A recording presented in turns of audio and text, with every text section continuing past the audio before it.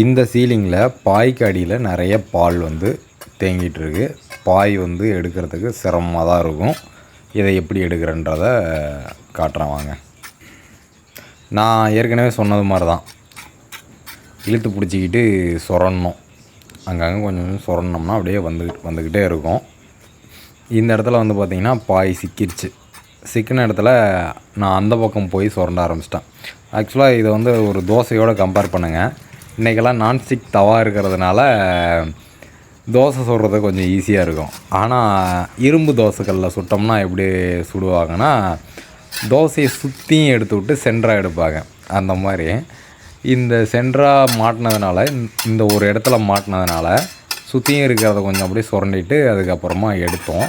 ஆனால் அப்பயும் கொஞ்சம் வந்து பாய் வந்து நல்லா காங்கட்டுக்குள்ளே சிக்கிடுச்சு. அதை கடைசியாக எடுத்துக்கலான்ட்டு வந்துட்டேன். அப்படியே கொஞ்சம் கொஞ்சமாக அந்த பால் இருக்கிற சைடெலாம் எப்படி எடுக்கிறன்றதை பாருங்கள். ஆட்டு தோல் உரிப்போம் இல்லையா, அந்த மாதிரி ஆட்டு தோல் உரிக்கிறத யாராச்சும் பார்த்துருந்தீங்கன்னா உங்களுக்கு தெரியும். ஆட்டு தோலை எப்படி தான் கையை வச்சு நல்லா அழுத்தி உரிப்பாங்க. அந்த மாதிரி உரித்து எடுக்கணும்.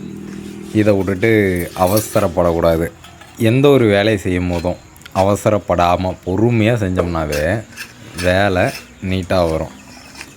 இதுதான் முக்கிய கான்செப்டே. அவசரத்தில் அண்டாவுக்குள்ளே கையை விட்டாலும் கை போகாது அப்படின்ற மாதிரி தான்.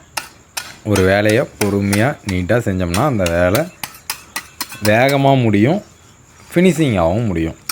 அதுதான் கான்செப்ட். அவ்வளோதான். பாலில் இருந்து பாயை பிரித்து எடுக்கிறது மட்டும்தான் உங்களுக்கு காட்டியிருப்பாங்க. இதுக்கு மேலே வந்து சிமெண்ட் பாலுக்குள்ளெலாம் இருக்காது. அப்படியே சரன்னு இழுத்து விட்டு போக வேண்டியது தான். ஊக்குக்குள்ளே தான் அங்கங்கே மாட்டிக்கிட்டு இருக்கும். அதை கட் பண்ணிட்டு அதுக்கப்புறம் என்ன பண்ண போகிறேன்றதை காட்டுறேன். ஒரு இடத்துல பாய் மாட்டிக்கிச்சின்னு சொன்னோம் பார்த்தீங்களா, அந்த இடத்துல வந்து இருக்கிற பாயை வந்து சுரண்டி வெளியெடுத்தாச்சு. அவ்வளோதான். ஒரு சில இடங்களில் நரம்புகள் தொங்கிட்டு இருக்கும். அதை ஒன்று ஒன்றா அறுத்து கட் பண்ணுறது கொஞ்சம் கஷ்டம்தான்.